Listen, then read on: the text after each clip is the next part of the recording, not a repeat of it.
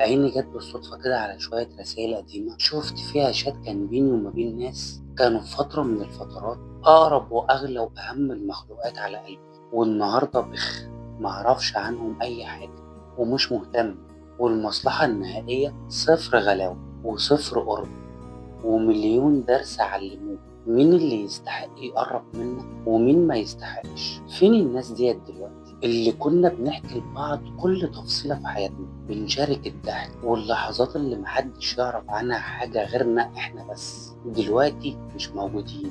زمان كنت بقول مستحيل نبعد، كنت فاكر ان المسافات ديت مجرد وهم وان اللي في القلب دايما في القلب، لكن الحقيقة يا ابو حميد ان القلب نفسه بيتغير والعشرة مش دايما.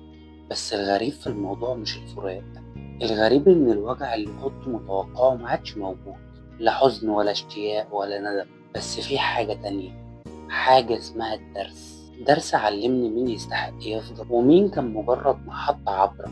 درس علمني إن العشرة من غير تقدير عمرها ما هتدوم، وإن الحب من طرف واحد استنزاف.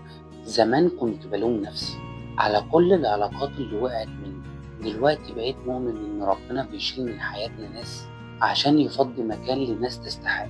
بقيت عارف إن في ناس وجودهم مجرد مرحلة عشان يعلمونا حاجة وبعدها يختفوا.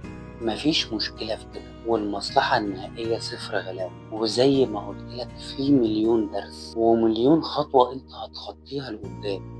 اللي راح راح خلاص، واللي اتعلمته دلوقتي الدرس.